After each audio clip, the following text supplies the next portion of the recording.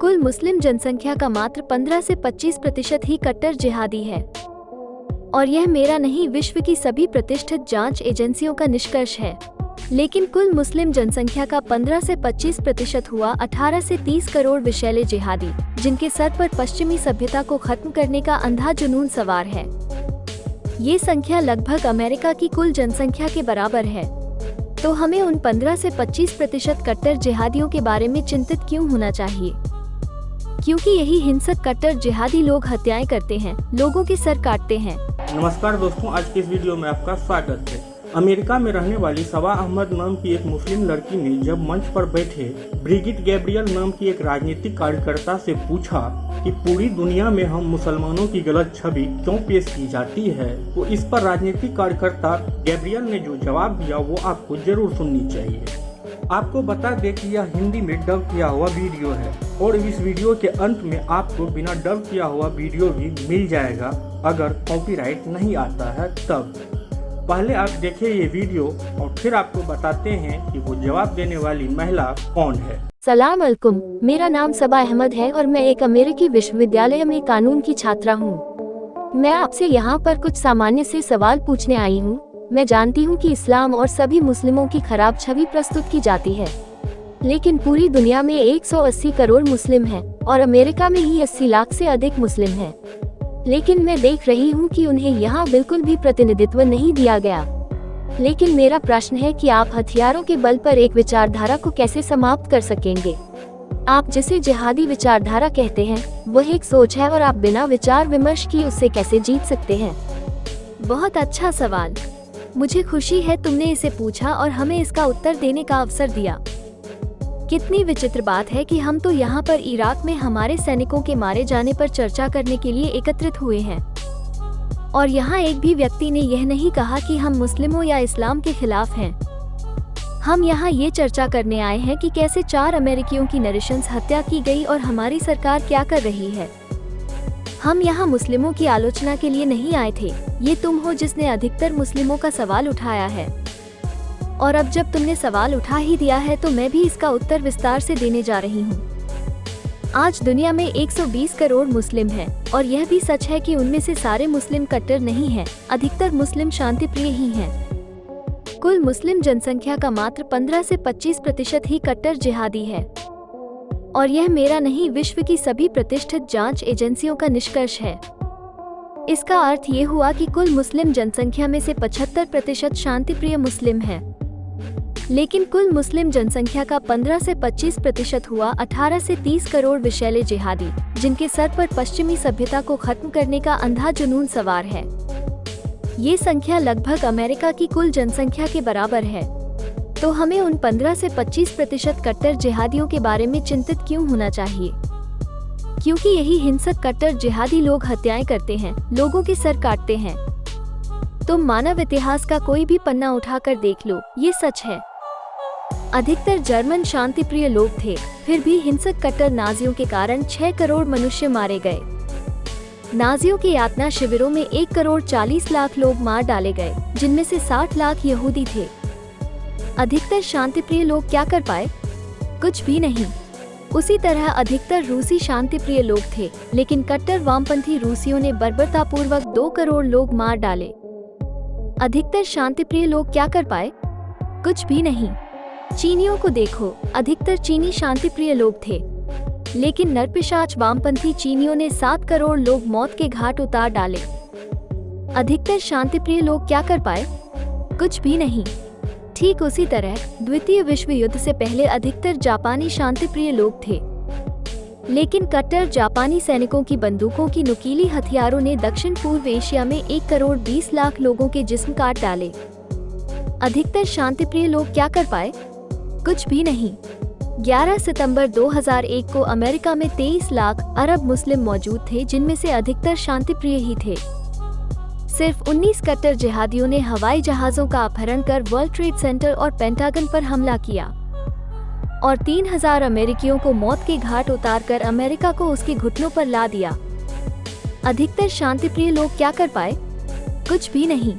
तो उन अधिकतर शांतिप्रिय मुस्लिमों की चर्चा छिड़ी है, तो मुझे खुशी है कि आज तुम यहाँ हो।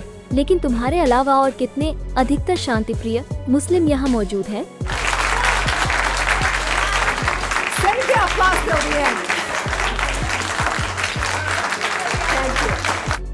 और चूंकि तुम यहाँ मौजूद इकलौती मुस्लिम प्रतिनिधि हो, तुमने सारा ध्यान अपनी ओर खींच लिया, बजाय ये चर्चा करने के कि हमारी सरकार इस मामले में क्या कर रही है। मेरा अनुमान है कि तुम एक अमेरिकी नागरिक हो ना? तुम एक अमेरिकी नागरिक हो।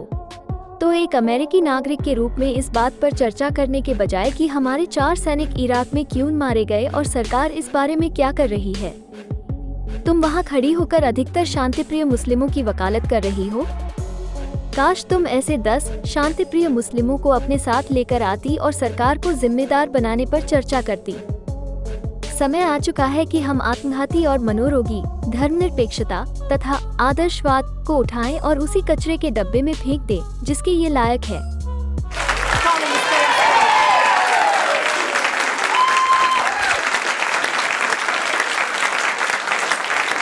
तो अब अगर आप यह जानना चाहते हैं कि वो जवाब देने वाली महिला कौन है, तो आपको बता दें कि उसका नाम ब्रिगिट गैब्रियल है, जो एक लेबनानी अमेरिकी लेखिका, राजनीतिक कार्यकर्ता, पत्रकार और एक्ट फॉर अमेरिका नामक संगठन की संस्थापक है। यह संगठन अमेरिकियों के लिए कट्टरपंथी इस्लाम के खतरे का विरोध करती है।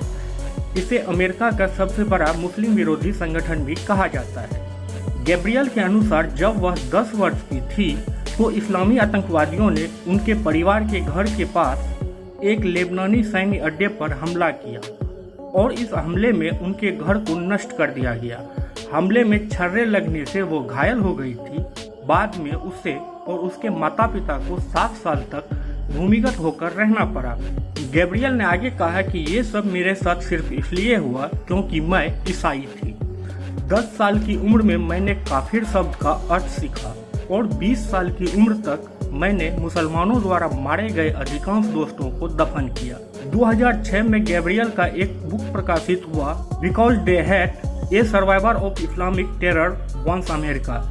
यह किताब लेबनान में उनके बचपन के अनुभवों का वर्णन करता है और मध्य पूर्व और अन्य जगहों पर कट्टरपंथी इस्लामी अभिव्यक्ति की आलोचना करता है। Assalamu alaikum. Peace to you all. My name is Saba Ahmed. I'm a law student at American University.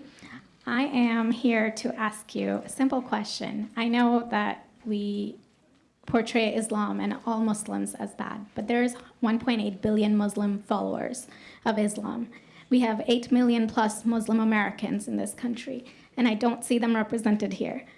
But my question is, how can we fight an ideological war with weapons? How can we ever end this war? The jihadist ideology that you talk about, it's an ideology. How can you ever win this thing if you don't address it ideologically? Great question. I am so glad you're here, and I am so glad you brought that up because it gives us an opportunity to answer. What I find so amazing is since the beginning of this panel, which we are here about Benghazi attack against our people, not one person mentioned Muslims. We are here against Islam, or we're launching war against Muslims. We are here to discuss how 4 Americans died and what our government is doing. We were not here to bash Muslims. You were the one who brought up the issue about most Muslims, not us. And since you brought it up, allow me to elaborate with my answer. There are 1.2 billion Muslims in the world today. Of course, not all of them are radicals. The majority of them are peaceful people. The radicals are estimated to be between 15 to 25%, according to all intelligence services around the world. That leaves 75% of them peaceful people. But when you look at 15 to 25% of the world Muslim population, you're looking at 180 million to 300 million people dedicated to the destruction of Western civilization. That is as big of the United States. So why should we worry about the radicals, 15 to 25%? Because it is the radicals that kill. Because it is the radicals that behead and massacre. When you look throughout history, when you look at all the lessons of history, most Germans were peaceful. Yet the Nazis drove the agenda. And as a result, 60 million people died. Almost 14 million in concentration camps. 6 million were Jews. The peaceful majority were irrelevant. When you look at Russia, most Russians were peaceful as well. Yet the Russians were able to kill 20 million people. The peaceful majority were irrelevant. When you look at China, for example, most Chinese were peaceful as well. Yet the Chinese were able to kill 70 million people. The peaceful majority were irrelevant. When you look at Japan prior to World War II, most Japanese were peaceful as well. Yet Japan was able to butcher its way across Southeast Asia, killing 12 million people, mostly killed with bayonets and shovels. The peaceful majority were irrelevant. On September 11th in the United States, we had 2.3 million Arab Muslims living in the United States. It took 19 hijackers, 19 radicals to bring America down to its knees, destroy the World Trade Center, attack the Pentagon, and kill almost 3,000 Americans that day. The peaceful majority were irrelevant. So for all our powers of reasons and us talking about moderate and peaceful Muslims, I'm glad you're here. But where are the others speaking out? And since you are the only Muslim representative, save the applause till the end.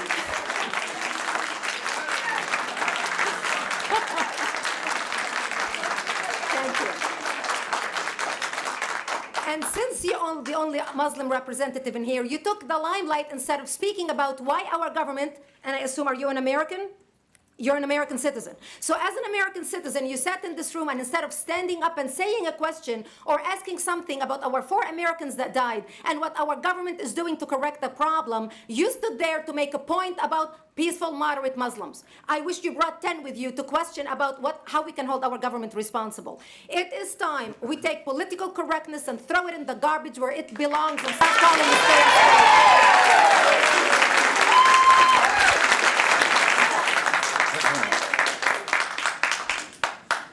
And there will be refreshments afterward. Did you want to respond to the? I think we're out of